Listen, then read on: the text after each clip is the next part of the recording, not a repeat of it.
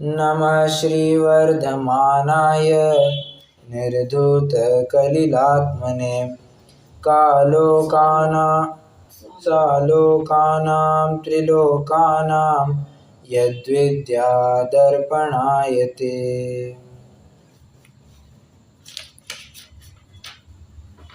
आज हमें 8 मूल गुण के ऊपर चर्चा करनी है, परंतु उसके ऊपर चर्चा करने के पूर्व एक थोड़ा सा विशिष्ट प्रकरण सामने आ पहुंचा है, ब्रह्मचर्यानुव्रत से जुड़ा हुआ है। जैसे मैंने आपको वित्त स्त्री के बारे में कंसेप्ट बताया था, वैसे ही ब्रह्मचर्यानुव्रत के बारे में एक और थोड़ा सा विचित्र कथन हमें ग्रंथ में देखने को मिलता है।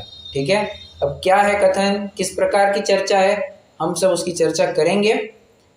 आज की चर्चा थोड़ा धैर्य से सुनना, नोटबुक पेन साथ में तैयार रखना, क्योंकि मैं जैसे बोलूंगा आपको चार्ट बनाना है, आपको फटाफट चार्ट बनाते जाना है। ओके, चलिए देखिए, सबसे पहले तो मेरा एक प्रश्न है, ब्रह्मचर्यानुव्रत के 2 नाम कौन से हैं?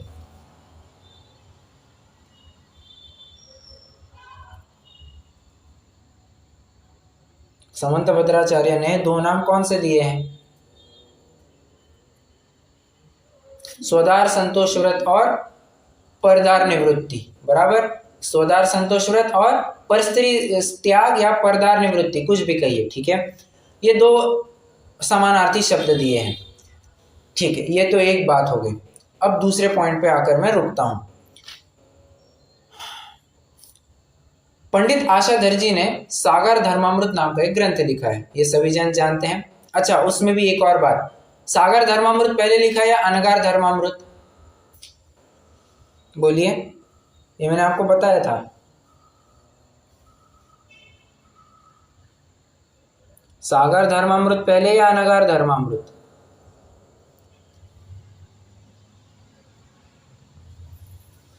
तो अनगार धर्मामृत पहले लिखा है। ठीक है, क्यों? सबसे पहले मुनि की चर्चा, उसके बाद में जिनसे ये मुनि आचरण ना पले उनके लिए श्रावक धर्म का निरूपण किया जाता है, ऐसी वहां पर मूल पंक्ति मिलती है। और सेम टू सेम प्रकरण अगर आपको देखना है तो पुरुषार्थ सिद्धि उपाय में भी आप देख सकते हैं, वहां पर ये दिया है कि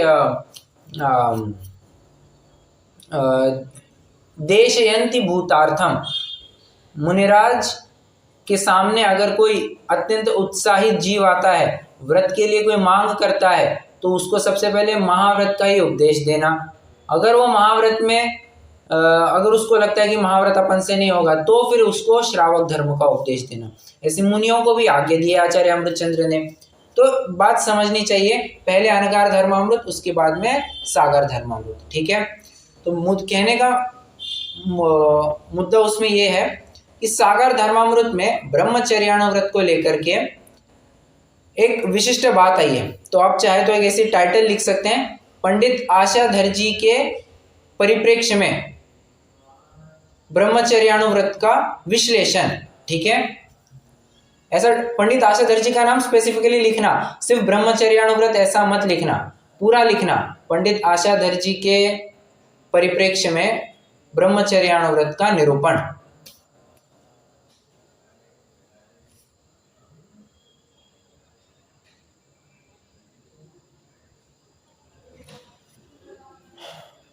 आशाधर, उसके 2 ब्रांचेस करना। ठीक है, एक स्वदार संतोष व्रत, दूसरा परदार निवृत्ति। ओके,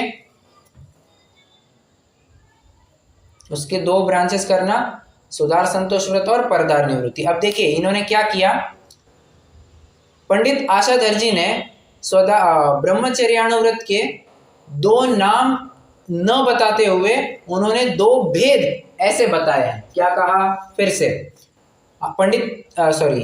आचार्य समंतभद्र क्या कहते हैं? ब्रह्मचर्यानुव्रत इज इक्वल टू स्वदार संतोष व्रत इज इक्वल टू परदार निवृत्ति। ओके, आशाधर जी वैसे नहीं कहते, कहते हैं कि ब्रह्मचर्यानुव्रत उसका पार्ट 1, मतलब एक प्रकार है स्वदार संतोष व्रत और दूसरा प्रकार है परदार निवृत्ति, मतलब 2 भेद करते हैं ब्रह्मचर्यानुव्रतियों में।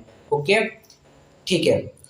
अब जो आपने 2 ब्रांचेस किए हैं ना, एक लेफ्ट कॉलम अगर आपके पास बचा होगा तो लेफ्ट कॉलम में 3 नाम लिखना।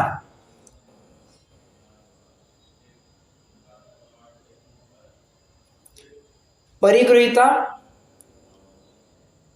अपरिगृहीता और प्रकट स्त्री, ये 3 नाम लिखना। लेफ्ट वाले कॉलम में अगर आपके पास जगह होगी तो 3 नाम लिखना है, परिगृहीता, अपरिगृहीता और प्रकट स्त्री। ठीक है। आशाधर जी क्या कहते हैं, जो स्वदार संतोष व्रत वाला है उसके परिगृहीता, अपरिगृहीता और प्रकट स्त्री, इन तीनों के सेवन का त्याग होता है। अब ये तीनों क्या है मैं आपको जल्दी बताऊंगा, बट पहले आप लिख करके लीजिए।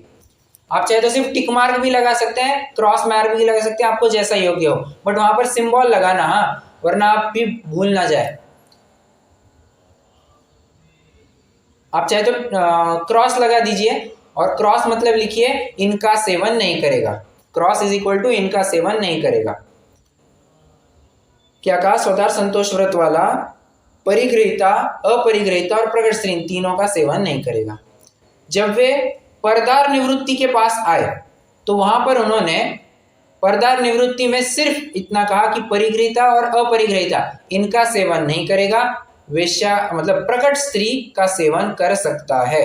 ओके।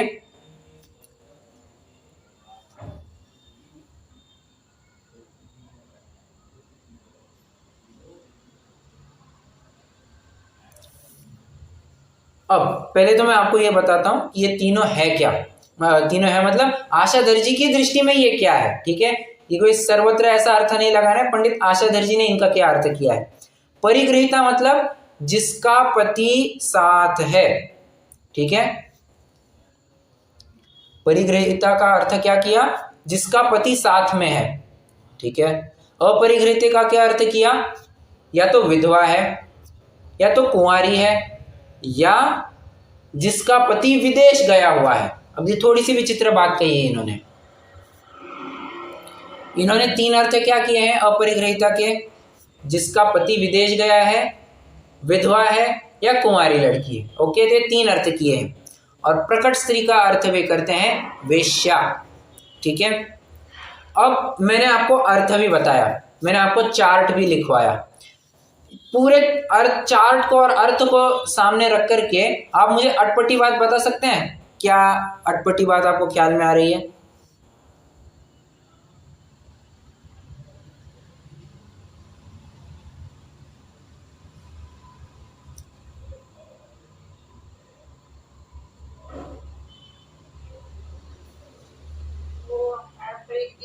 जिसका पति विदेश गया है वो। ठीक है, ये तो एक विचित्र बात है ही, और बहुत बड़ी बात कह दी है इन्होंने। तो वेश्या पर प्रकट स्त्री में वेश्या में वो पर्दा निवृत्ति सेवन कर सकता है ये। राइट राइट, बहुत अच्छा। क्या कहा, पर्दार निवृत्ति में प्रकट स्त्री के आगे टिक मार्क दिख रहा है, मतलब उसका सेवन कर सकता है। ओहो, ये तो प्रॉपर टोटली गलत गलत गलत बात है। ये कभी भी संभव नहीं हो सकता है। इसके लिए आपको देखिए, कोई भी ग्रंथ आर्ष परंपरा का है या भगवान की वाणी है, ऐसा जान करके आंख मीच करके हमें बिल्कुल भी नहीं पढ़ना चाहिए। तो सबसे पहले तो उसके निरूपणकर्ता या उसके लेखक, उसके कवि, उसका हमें थोड़ा परिचय होना चाहिए।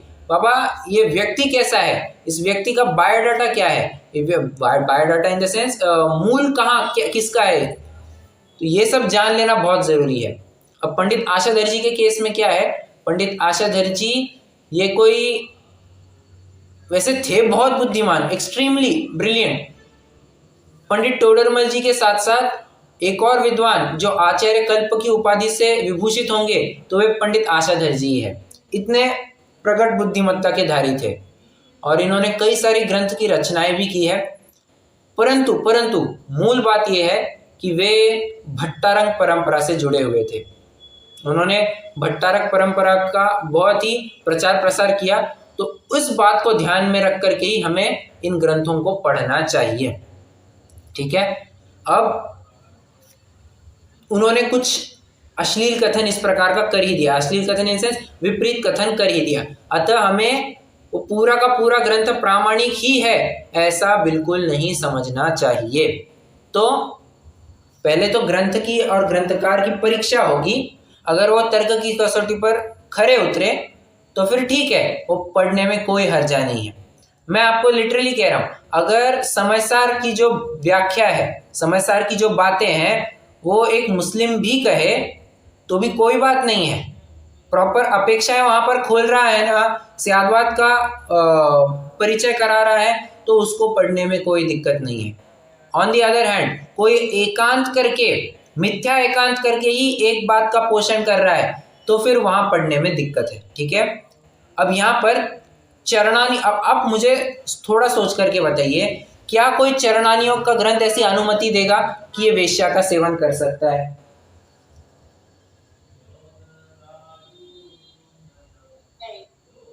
नहीं दे सकता है।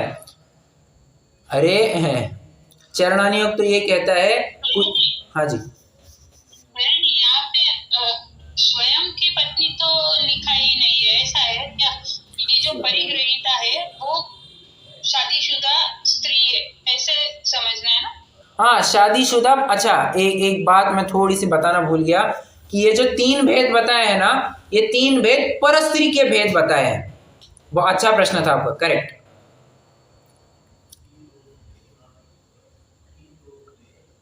समझ में आ रहा है क्या? ये जो 3 भेद बताया ना, परिग्रहिता, अपरिग्रहिता और प्रकट स्त्री, ये आज ये परस्त्री के इन्होंने 3 भेद किए हैं आशाधर जी ने।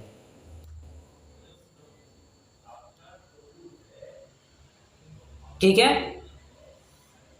ओके, और इनका मोटिव क्या रहा होगा, ऐसे प्रकट स्त्री में ऐसे ये सेवन कर सकते हैं? उसमें वो कुछ नहीं कह सकते ना अभी देखिए, किसी को थोड़ी मिलावट, हाँ थोड़ी, अब देखिए मैं कुछ भी कहूंगा, मोटिव थोड़ी ना जान सकते हैं अपन।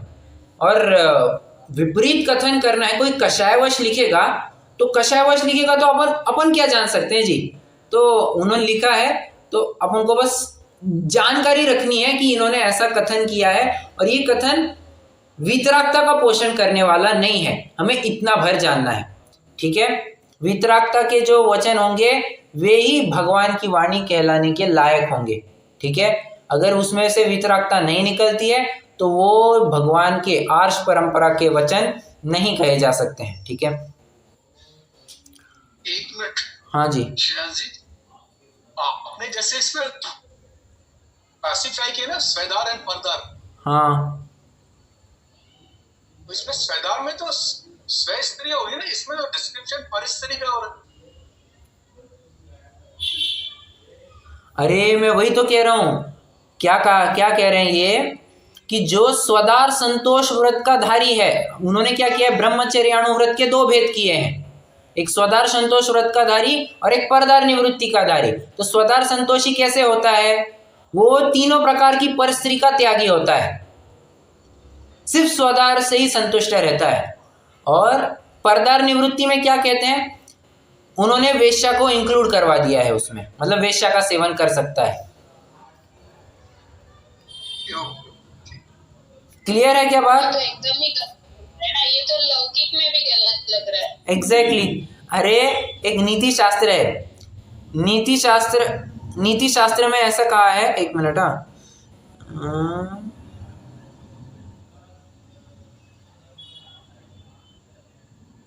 हाँ नीति शास्त्र में भी कहा है, क्या वेश्या का सेवन करने वाला कभी चौथा अनुव्रती कहा जा सकता है? कहा जा सकता है क्या? बिल्कुल भी नहीं कहा जा सकता है। ठीक है, तो बहुत शांति से हमें किसी भी कथन को पढ़ना चाहिए। मुझे तो निष्कर्ष अंत में यही निकाल के देना है। ठीक है, एक और बात थी इसमें,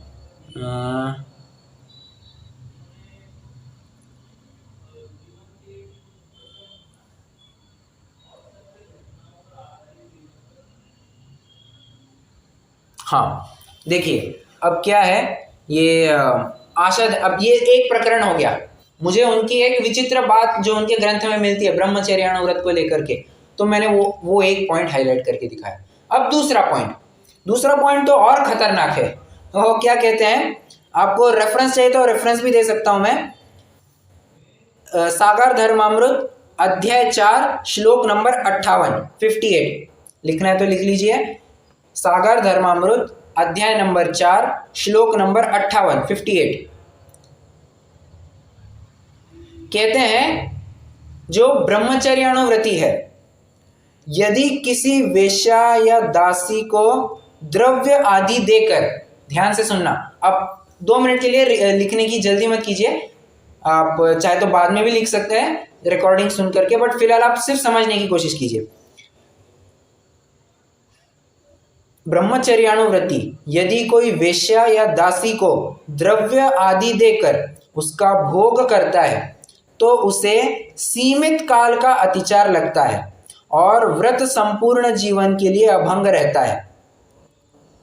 परंतु दासी आदि दुनिया की नजर में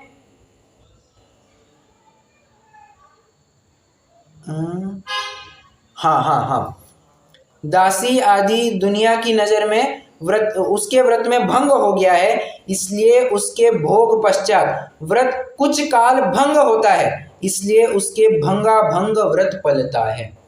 ये बहुत विचित्र बात कही है। क्या कहते हैं, पुरुष के लिए बात कहते हैं, अगर वो किसी वेश्या का या किसी दासी का या पराई स्त्री का वो द्रव्य दे करके, अब पराई स्त्री को इन्होंने इंक्लूड नहीं किया, जो बात इन्होंने कही है वो कहता हूँ, वेश्या या पराई स्त्री को, सॉरी दासी को कोई पैसा दे करके, थोड़ा कंसिडरेशन दे करके उसके साथ रमण करता है, तो कहते हैं जितने काल के लिए वो रमण करता है ना, बस उतने काल के लिए वो उसका व्रत टूटेगा, बाकी जितना भी काल है वो बाकी के काल के लिए वो शुद्ध बना रहेगा, वो मतलब व्रत उसका अभंग पलेगा।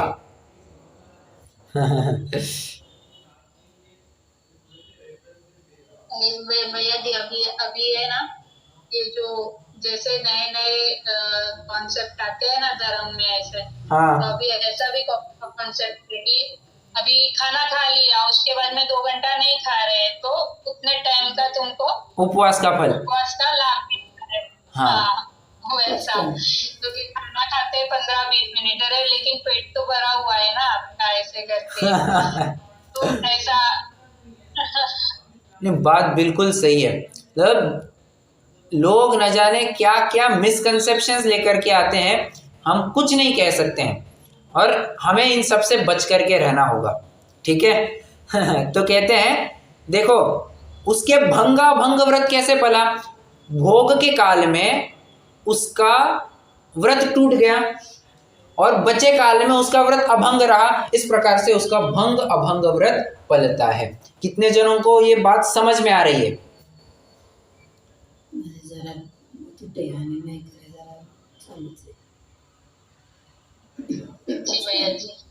विचित्रता लग रही है क्या?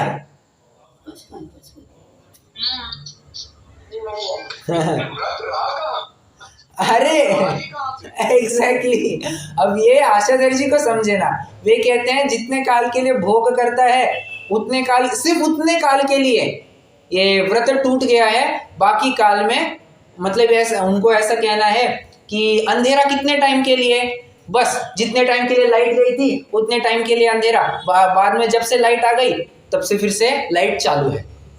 ऐसे एक स्थूल उदाहरण से मैं समझा रहा हूँ, ऐसा उनका मानना है।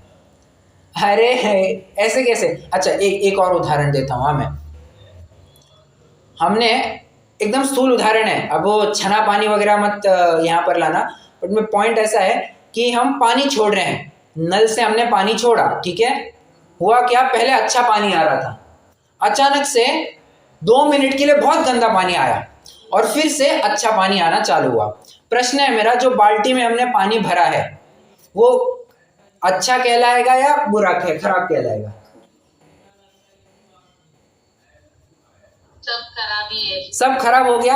हाँ, अब इनका क्या कहना है, जितने काल के लिए अच्छा पानी आया उतना अच्छा, बाकी जितने काल के लिए खराब आया सिर्फ उतने काल के लिए खराब। अरे ऐसा थोड़ी ना होता है, एक बार टूट गया सब टूट गया। अरे बाबा, व्रत कोई ऐसे खेल थोड़ी ना है कि अभी छोड़ा और अभी लिया, अभी छोड़ा अभी लिया, ऐसे नहीं होता है। ये तो छल ये वो रुद्र और नारद की उत्पत्ति का उदाहरण लेके जैसे मुनि का व्रत भंग हो जाता है और वापस दीक्षा ले लेते हैं, वैसे कॉन्सेप्ट दिखाया लगता है।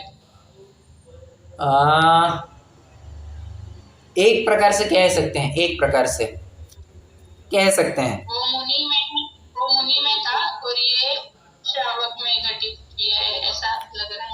हो सकता है, कह सकते हैं। उनको लगा होगा कि जब मुनि भी स्वयं का प्रत्यावस्थापन कर सकते हैं, मतलब रिहेबिलिटेशन कर सकते हैं, तो श्रावक क्यों नहीं कर सकता। अरे मर्यादाएं हुआ करती है। और मुनिराज भी किस कीमत पर रिहेबिलिटेशन करते हैं, उनके पूरा दीक्षा काल 0, उनको एक उनको प्रायश्चित दिया जाता है, दंड स्नान करने की विधि होती है, सब करने की विधि होती है, तब जाकर के उनको फिर से संघ में लिया जाता है। बहुत रेस्ट्रिक्शंस होते हैं मुनिराज के ऊपर भी।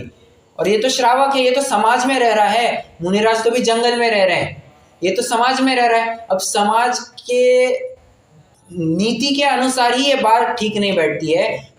कोई दासी के साथ भोग करना योग्य समझेगा क्या? कोई नहीं समझेगा। वेश्या वो तो बहुत दूर की बात हो गई। तो हाँ, एक प्रकार से आप जैसे कह रहे हो ठीक है, परंतु दोनों स्तर में अंतर जरूर आएगा। अब ये उन्होंने जो भंग व्रत का निरूपण किया है उसके बारे में एक चर्चा की, 2 पॉइंट हो गए।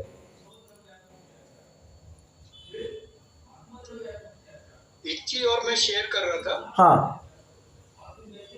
एक तरफ तो हम अतिक्रम, व्यतिक्रम, अतिचार और अनाचार को डिस्क्रिप्शन कर रहे हैं। हाँ, उसमें मन, वचन, काय और क्रिया की जा रही। हाँ, एक तरफ आप मतलब थोड़ा सा बात बैठ नहीं रही है एकदम। क्या बैठ नहीं रही है? तरफ हम इतने सेंसिटिव है कि मन, वचन, काय तक को भी अलग अलग डिस्क्रिप्शन कर रहे हैं, राइट, क्लासिफाई कर रहे हैं। राइट। और एक तरफ पूरा एक्ट हो रहा है एंड देन वो उसको भी मतलब रेटिफाई कर रहे हैं। टाइप की। हाँ, तो जस्टिफाई हो रहा है ना ये चीज। हाँ, तो ये हम सेंसिटिविटी बता रहे हैं, एक तरफ हम अरे मैं रिलेट भी कर रहे हैं। यही तो कहना चाह रहा हूँ मैं आशुधर जी की, यही तो कुछ विचित्र बातें हैं। मतलब ये जिनागम से मेल नहीं खाती है, ये निष्कर्ष इतना है।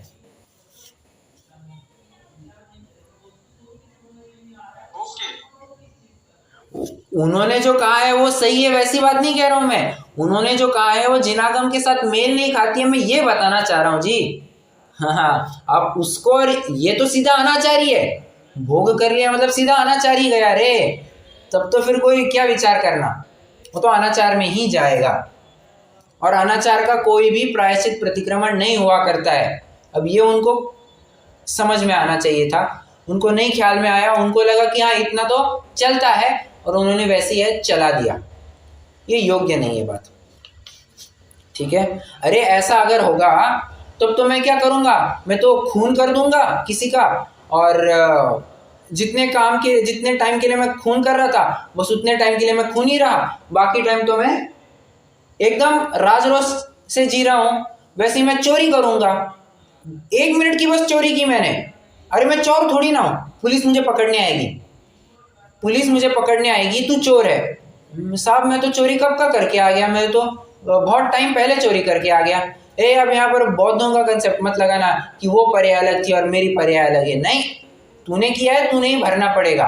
और ये सामाजिक व्यवस्था ऐसी बैठती नहीं है। इसलिए सामाजिक व्यवस्था को भी ढंग से बिठाने के लिए ये जो बातें कही है ये कभी भी अप्लाई होते हुए नहीं देखी जा सकती है। कोई करता भी है तो ये छल ग्रहण कर रहा है, ठीक है। चलिए,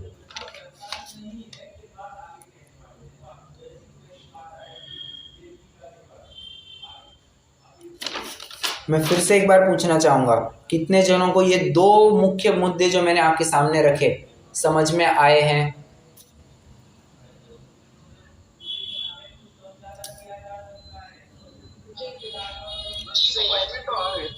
ओके, चलिए। अब क्या है, पहली बार सुनते हैं ना तो झटका जरूर लगता है कि यार इन्होंने ऐसे कैसे कह दिया, और लगना ही चाहिए। है थोड़ी सी विडंबना तो समझना होगा।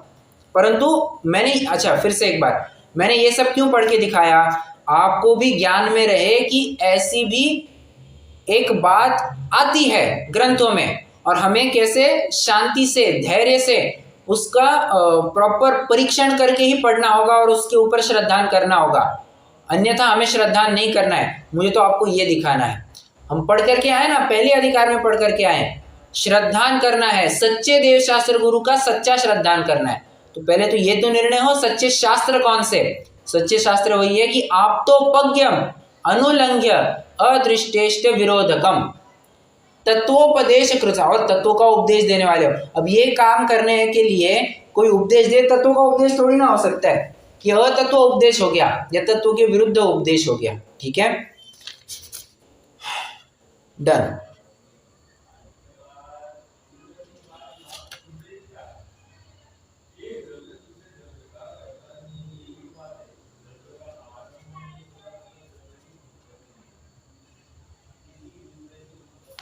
एक और बात, हाँ थोड़ा सा मतलब ब्रह्मचर्याणुव्रत के पोषण के लिए, और पंडित आशा जी ने जो कथन किया है उसके थोड़ा सा क्या कहना चाहिए, उसको अपोज करने के लिए एक और कथन मिलता है, जिनसेन स्वामी का कथन मिलता है। वे कहते हैं काम के विजेता, मतलब काम सेवन के विजेता या तो मुनिराज है या तो ब्रह्मचर्याणुव्रति है, बाकी सब विडंबना को प्राप्त हुए हैं। क्या कहा, सुनना, कामजयी या तो मुनिराज है या तो ब्रह्मचर्याणुव्रति है। और ब्रह्मचर्याणुव्रति मतलब ये ना मत लगाना कि इसके दो भेद की है, नहीं। ब्रह्मचर्याणुव्रति कहा मतलब स्वदार संतोष व्रत प्लस और नहीं है यहाँ पे, मतलब ये भी करो या अथवा ये भी करो, ऐसा नहीं है, और का ऑप्शन नहीं है यहाँ पे, एंड लगा है। स्वदार संतोष व्रत इज इक्वल टू परदार निवृत्ति, ये कोई दो अलग अलग भेद नहीं है। ठीक है, चलिए फिर एक प्रश्न जरूर उपस्थित होता है, आचार्य समंत भद्र ने ऐसे दो नाम लिखे ही क्यों? एक कारण तो ये है कि बराबर स्याद्वाद की विवक्षा बनी रहे, कोई छल ग्रहण ना करे। ठीक है, और दूसरी अपेक्षा ये है, मतलब उन्होंने स्वदार संतोष व्रत ये शादीशुदा जीवों की अपेक्षा लिखा होगा, और जो अविवाहित व्यक्ति है उनकी अपेक्षा से उन्होंने परदार निवृत्ति की बात कही होगी। ठीक है, फिर परंतु ये भी एक अत्यंत स्थूल कथन है, हाँ दोनों के लिए दोनों लागू होंगे। हालांकि शादीशुदा के लिए कोई स्व स्त्री या स्व पुरुष तो है नहीं, परंतु कहने का निष्कर्ष मेरा इतना ही है कि विवाहित हो या अविवाहित हो, ब्रह्मचर्य का स्वरूप तो दोनों के लिए सेम ही रहेगा, पराई स्त्री की तरफ माँ बहन की दृष्टि से देखना। ठीक है, चलिए ये मुझे एक थोड़ा सा विशिष्ट प्रकरण आपके साथ शेयर करना था। अब अपन, मुझे लगता है अणुव्रत कह रहा हूँ, मूल गुणों की चर्चा प्रारंभ कर सकते हैं। तैयार है सभी जन? मूल गुणों की चर्चा अपनी 2-3 दिन चलेगी, हाँ आज का दिन तो चलनी है और 2 या 3 दिन चल सकती है। करते हैं चालू? ठीक है, सबसे पहले तो आइए अपन 66वां श्लोक पढ़ते हैं।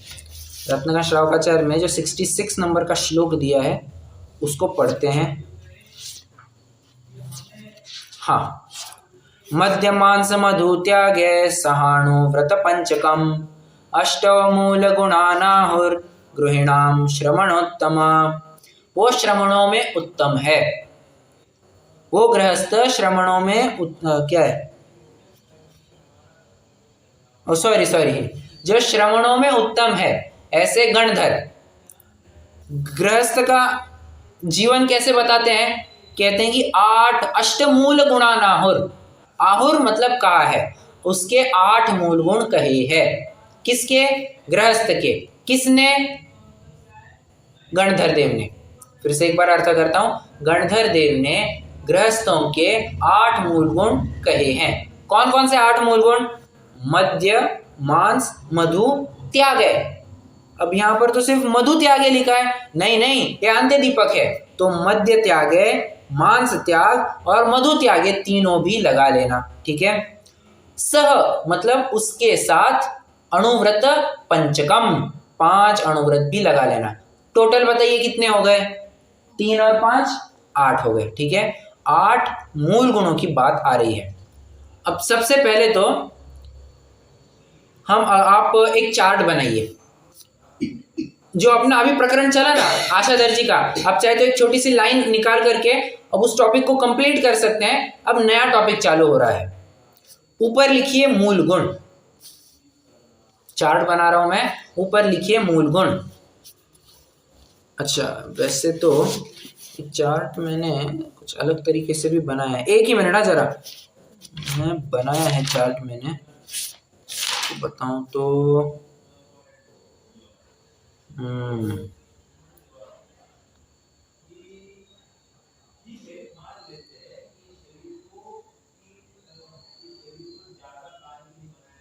ठीक है, एक काम कीजिए आप,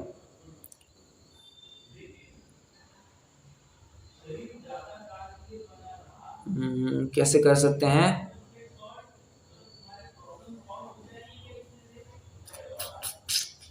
दो चार्ट बनाया, क्या करें। ठीक है, एक काम कीजिए, दो अलग अलग चार्ट बनाएंगे।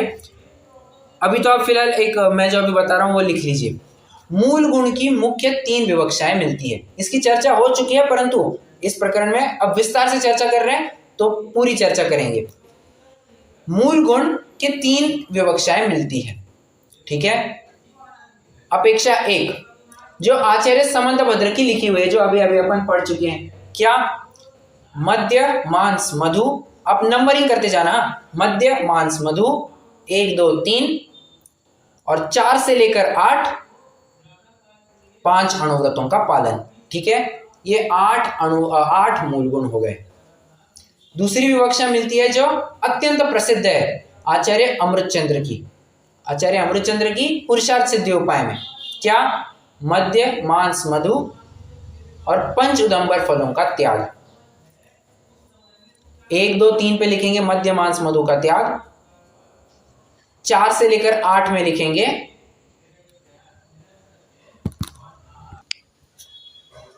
पंच उदंबर फलों का त्याग। 4 से लेकर 8 में लिखेंगे पंच उदंबर फलों का त्याग। अब तीसरी विवक्षा पंडित आशाधर जी की। ये आशाधर जी कौन? अरे अभी अभी जिनकी चर्चा करके आए हैं। ठीक है, तो इनकी अब देखिए, वो उन्होंने उतना ब्रह्मचर्यानुव्रत का प्रकरण लिखा था। ठीक है, अब इनकी मूल गुण की विवक्षा एक्सेप्टेड है, उसमें कोई दोष नहीं है, तो हम उसकी चर्चा आराम से एक्सेप्ट कर सकते हैं। ठीक है, इनकी क्या अपेक्षा है?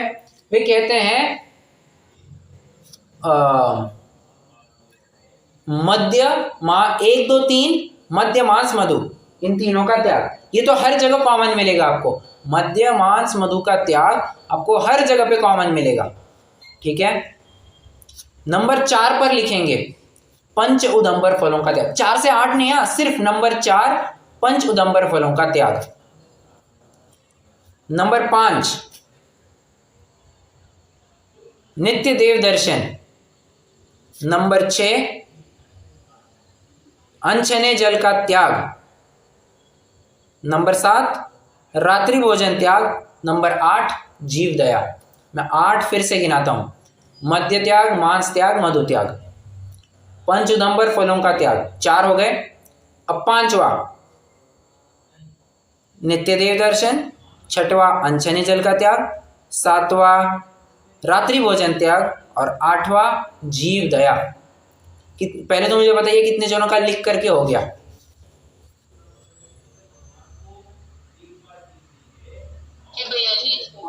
Okay, great. अब ये तो मैंने आपको एक चार्ट बना करके दिया। एज यूजुअल अपन बेस से स्टार्ट करते हैं। मूल गुण मतलब क्या? पहले तो आप मुझे बताइए मूल गुण मतलब क्या होता है?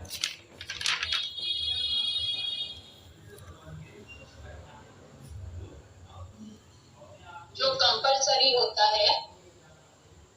ओके, एक अर्थ हो गया जो कंपलसरी होता है, और जो बेसिक है जैन धर्म के लिए। राइट राइट, 2 अर्थ हो गए, जो बेसिक होता है।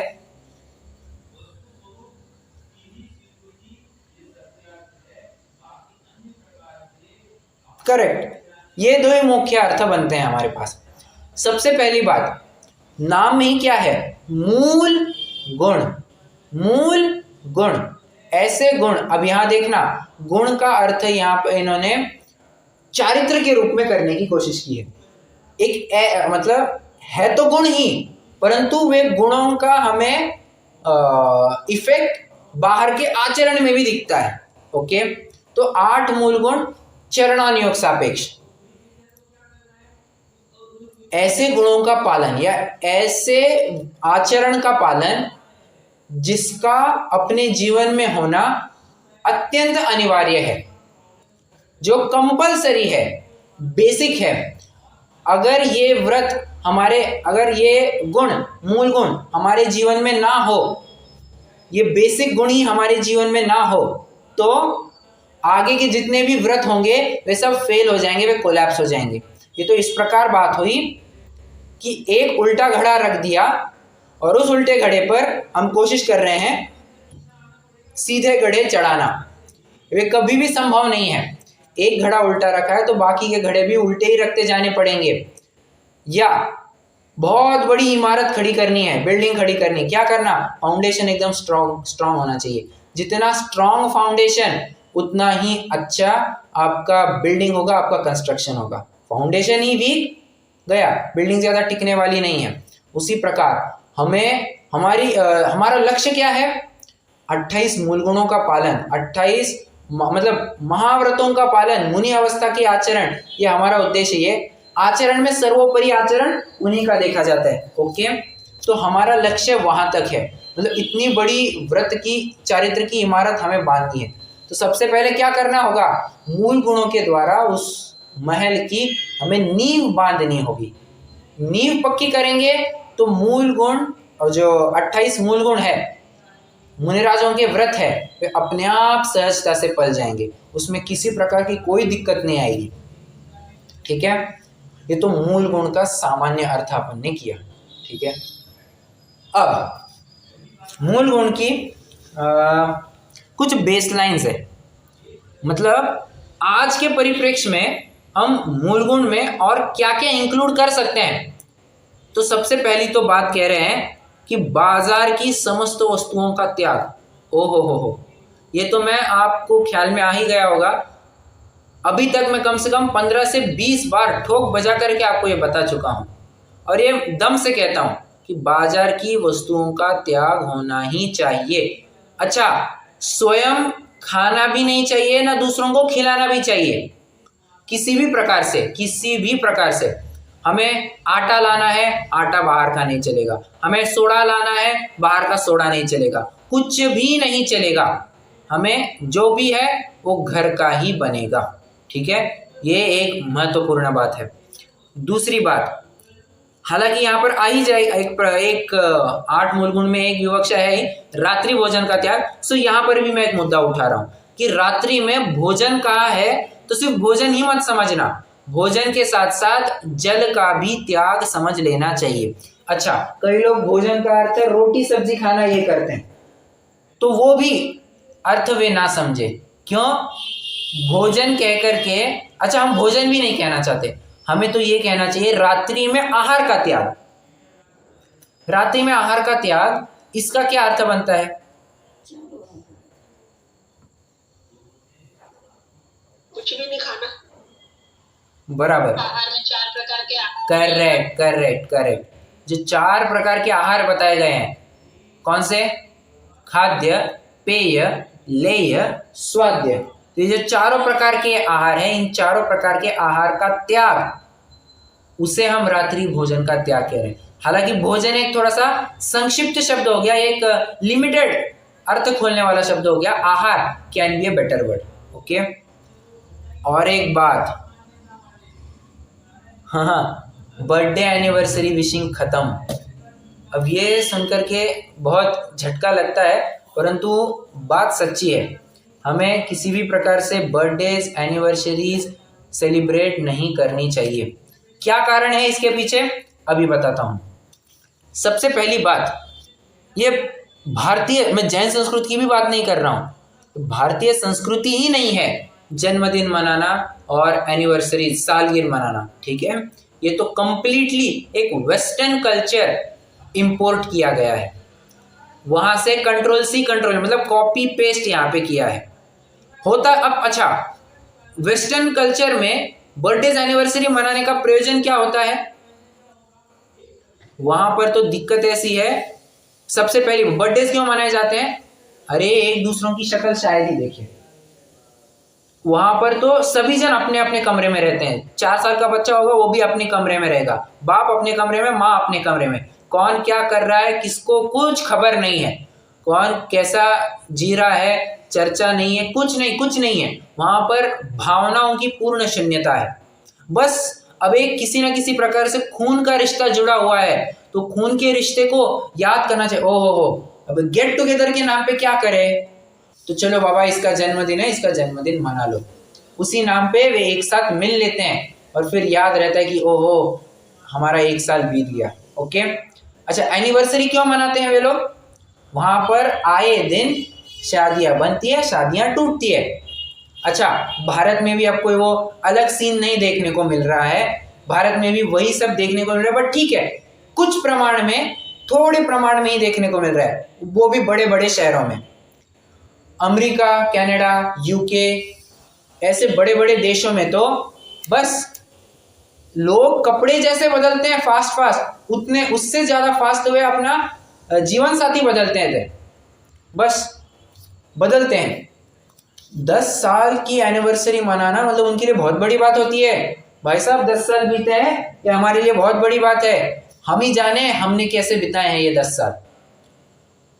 भारतीय परंपरा क्या कहती है? एक बार शादी हो गई सो हो गई। यहाँ तक ये भावना बातें हैं कि 7 जन्म तक यही मेरा पति रहे या यही मेरी पत्नी रहे, ऐसी भावना भाने वाले हैं। परंतु ये भावना भी मिथ्यात्व में ही जाती है, वो मिथ्यात्व में जाती है, अभी उसकी बात नहीं कर रहे। परंतु एक भारतीय कल्चर, इंडियन कल्चर और वेस्टर्न कल्चर, इसको कंपेयर करने की कोशिश कर रहे हैं। तो भारतीय कल्चर में तो एक बार शादी हो गई बस, अब जीवन भर उसके साथ साथ निभाना है। यहाँ पर तो सती प्रथा फॉलो की जाती थी। अच्छा, सती प्रथा भी कोई स्त्रियां अपनी इच्छा से करती थी, कोई उनको जबरदस्ती नहीं करवाता था।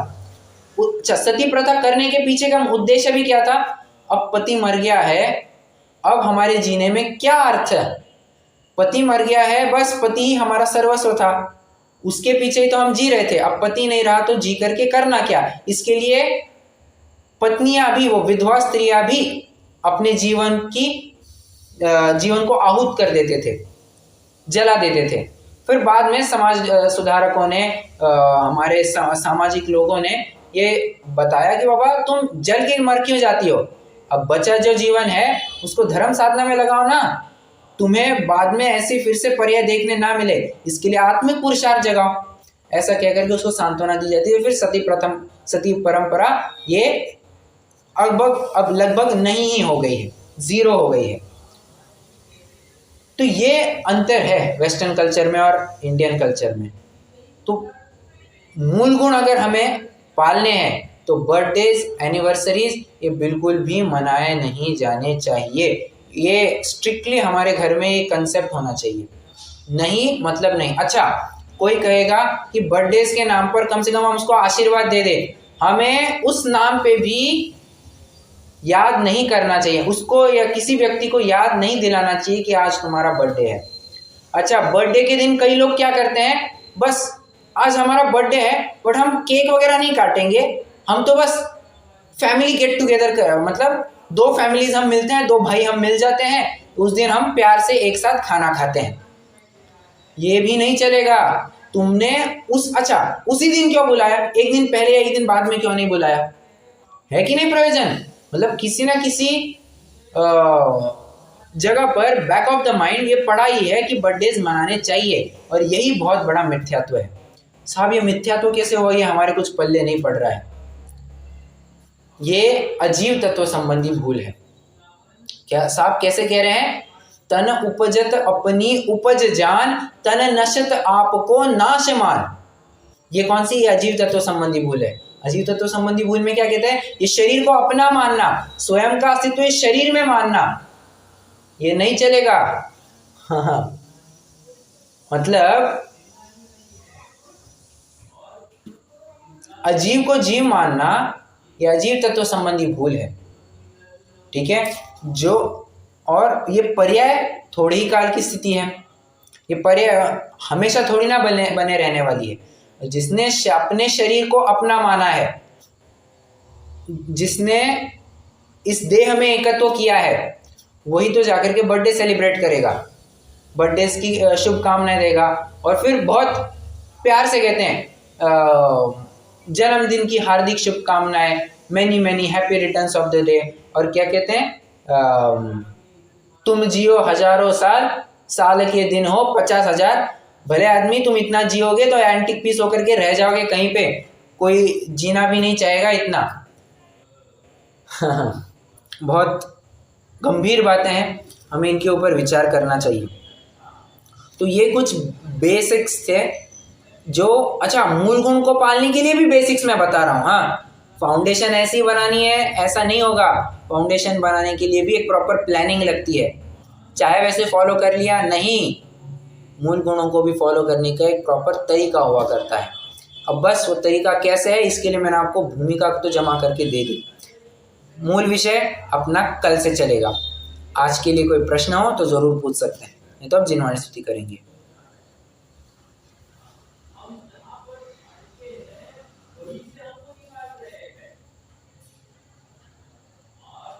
नहीं है, चलिए रुकते हैं, जिनवाणी स्तुति।